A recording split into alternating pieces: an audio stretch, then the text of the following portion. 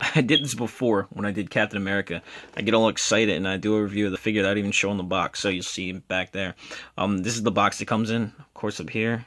2016 con exclusive Mezco Toys, 1/12 collective, DD for Daredevil. No slip cover, just one solid box. On the top it says 1/12 collective. On the bottom, 15 up, Mezco Toys, Marvel, Choking Hazard, barcode. On the side, Shadowland Daredevil. On the back, nice black and red artwork. Alright. And again, Shadowland Daredevil 1/12 collective. Alright. Mezco Toy, 1/12 collective. Alright. Now we're going to cut to the whole figure. Alright, everyone. I'm going to bring you a review of this figure right here. This is the Mezco Toys 1/12 collective Shadowlands Daredevil. It is the exclusive figure they were offering at New York Comic Con. I went on Thursday. I picked this bad boy up for $80. Great deal. If you want to get it and you can't get to Comic Con, that's alright because you can reserve it. Mezcotoys.com. He's up for pre-order. He'll ship October or November. As you see in the background, I've got the classic cap to San Diego Comic Con. They also had a few of him left, as well as a few of the Batman, the armored Batman from Batman v Superman. But I don't have that one. I don't know if I'll ever get it, but for now I've got these two, and I'm happy with these two for now. This figure is great. I'm very, very excited about this figure. I love everything about it. Not too many issues, really. One small concern I'll go over. Alright. But I'm just going to point out everything you get with this figure real quick. You'll see the base, the awesome base. The DD for the Daredevil. It's black with red lettering. You have the stand. Great, like I've said before. Nice stand. Nice and articulated. Just like you'll get with your Japanese import figures. Alright. Bends here, bends here, bends here. The clamp to adjust to. Now this comes with another clamp, which is also really cool. Because this piece here just claps on the round part right there, just snaps on, goes up, and allows for motion here. This can bend up, this can bend down. What this is this is to hold Daredevil's radar, or to put that red piece there to give him the illusion that his radar sensors are going off. My camera is trying to focus because of this bad boy here, which is wobbling. We'll get to that in a second. He comes with 6 sets of hands, so he has 12 hands altogether, which is awesome. You can put him in all kinds of poses. There are hands and poses, I don't even know what they are. They're like weird gang signs he's throwing up. Alright. And these comes with 2 sets of batons. He comes with 2 batons, which can come out of here. These are 2 individual, 1 for each hand. Alright, and then he's got this crazy wired baton. You see this kind of floating here. This is floating all its own. It's not attached to, it's not resting on his hand. It's only attached to the other baton by a thin wire, which actually pretty strong and pretty durable for being so thin. And I kind of like that. And I kind of don't, but I'll get over that in a second. Real quick, I'm going to go over the hands. First hand here. Kind of out of focus. Let's see if we can get this bad boy in the focus. You'll see it's kind of not really a grip hand, but it is open, so you could possibly put a baton in it. It's got 2 extended fingers. You get 2 of those. 2 grabbing hands, right and left, for gripping.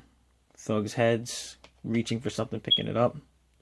2 baton holding hands. He's got one on his right hand now, and 2 open hands. Reaching hands, stretched out fingers, 2 fisted hands, and these 2, I don't know, whatever. These are Ozzy Osbourne concert. He's throwing it up, you know, devil horns to you. So he's got these 2 hands as well. Alright, which is great. Now, I like this baton. It's pretty strong, but at the same time, it feels pretty fragile. I'm kind of worried that I may break this, so chances are I won't be playing with this much. I'm probably just going to put it in the bag, maybe break it out if I ever want to pose this, maybe do some ACBA if I ever find the time. But it comes just like that, folded in half, put off to the side. Just like with Captain America, the base comes with a plug. Pop that out carefully because you don't want to scratch the base. Pop that out. Put it aside. Get this guy out here. Let's take a quick look at this figure. Alright, now we open up the clamp here. See the two batons, like I said. Slide right out. Fits right into his hand. Alright, that's great. Hold it very well. We'll get into the articulation of this figure real quick. And then I'll let you go about your day. Different body mold from Captain America. Thin, lean. If you look, I don't know if you can see it, but you'll see right there. You have the sculpt from the abs.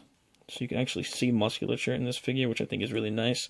Same thing with the chest. Because he's not as thick as Captain America, I can already tell he's got much better articulation here. Looks like there's a diaphragm joint. Alright, go that way. You get that much forward. You get that much backwards. So already, very agile figure.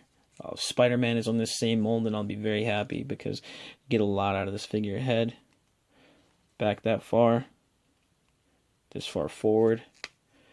It's on a ball peg and it pops off. Not that this comes with an alternate head, but if one of the other Daredevil figures comes with an alternate head, you'll be able to swap it out. Arms, out to the side, no problem. Now you're only getting this far. It's a little less than 90 degrees, not quite parallel. That's alright, probably because of the shoulder armor here. It feels like there's just multiple joints and you can't really see, but it's like up and it still goes down. We get in and out, which is nice. And it looks like the material is made of a leather, kind of like a fake leather, but all the parts that need to stretch here under the arms and here in the crotch are kind of like a stretchy material, kind of like a spandex, which is nice. Now the arm will go up about this far before it's hindered by the material, which kind of bunches a little in there in the back, but that's not a problem at all, you know, I don't mind that. The arm, double jointed elbow, so you can get that far back, no problem. There's a swivel up there, the bicep, and the wrists are on a ball peg. So you get motion out of the ball peg. If you want to get a little bit more extended motion, you probably pop the hand off a little bit and rest it on there. But same in both hands. You get a waist swivel. So you can turn them. You can do a split about that much. Alright, which looks about a little more than 90 degrees. You can get those kicks in. Pow, Daredevil. Nice and high. You push it. Okay, for the, let's see here. Upper thigh swivel, double jointed knees. Alright. Now, the material is tucked here into the boot. Same thing here at the wrists, at the neck. It's kind of glued there. But the boot is free to move circles. And you only get that far back, so in relation to the leg, it's pretty much, you're not getting a lot of pointed toes for jumping poses, but you'll survive. But it does go forward a little bit. And it can rock side to side slightly. It's not bad though. Now the belt here, if I stop moving and let it focus, there you go. You get some nice detailing in the belt. What am I talking about? I'm talking about here. If you look, the belt is a shiny red plastic material, but there's dark lining here, you'll see, and here in the corner. It's kind of got dark, looks like a weathered look. You have detailed buckles on the pouches there, which are nice. And this, I noticed when I first took the figure, even when his batons are in, they're positioned in a way that isn't going to hinder motion.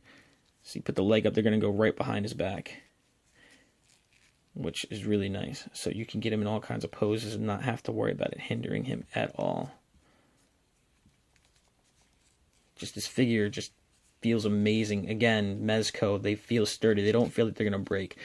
You know, they're sturdy, like you would expect from a Marvel Legend, a 6-inch scale figure, but they have that dynamic range and that flexibility that you look for in like a Japanese import. And then, of course, with the fabric material for the clothes, it's just like having a hot toy in your hand for a 1/12 scale. So you're getting so much out of this figure. It's like the best of so many different kinds of figures.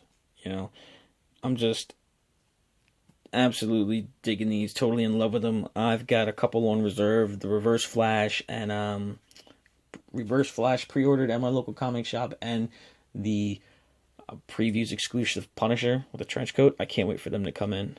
It's just super excited. That's pretty much it, man. I could go on. I don't want to make this too long, so I'm just going to play with this figure a little bit, get some poses on, show you what it looks like, see what I can get him in here.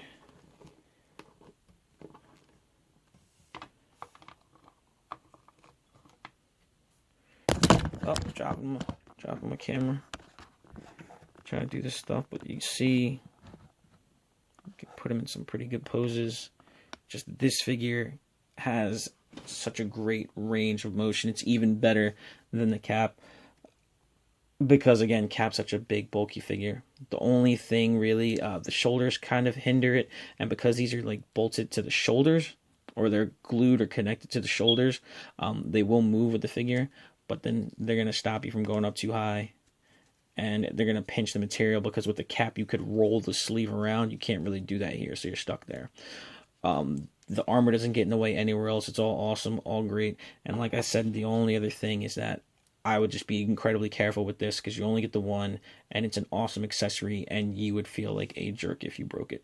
Alright, I'm going to close this out at 11 minutes. I'm going to say thank you for tuning in. Thank you for watching. You have a great night. And good night.